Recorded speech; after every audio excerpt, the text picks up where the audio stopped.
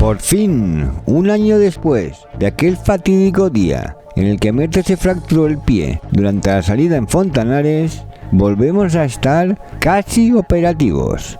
Y la prueba de fuego será este pequeño paseo desde casa que nos llevará a almorzar hasta el centro comercial Toy La Alberca. Un paseo primaveral de unos 15 kilómetros por lugares poco conocidos que nos supo a gloria y al que, si queréis, nos podéis acompañar.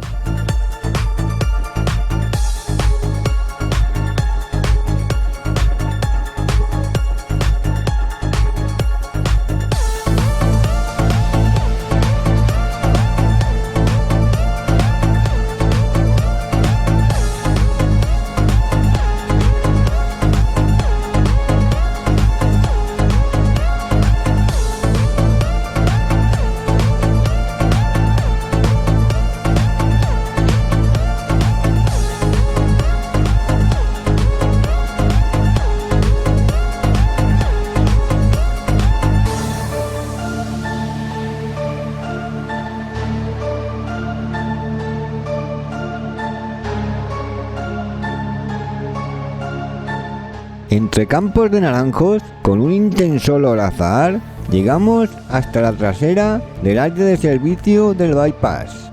Después de comprobar que el acceso está cortado, salvo desde la autovía, continuamos camino hacia el Toy y la Alberca para almorzar.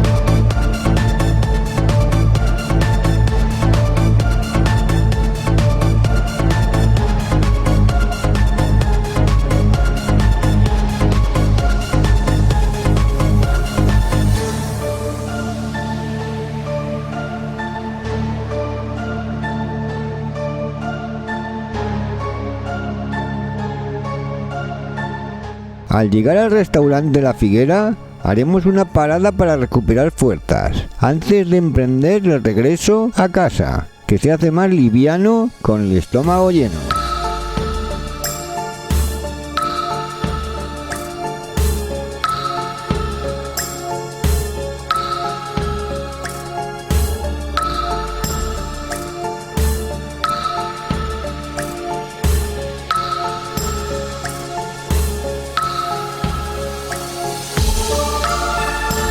No se te olvide darle me gusta al vídeo y suscribirte a nuestro canal para poder disfrutar de nuestros recorridos naturales.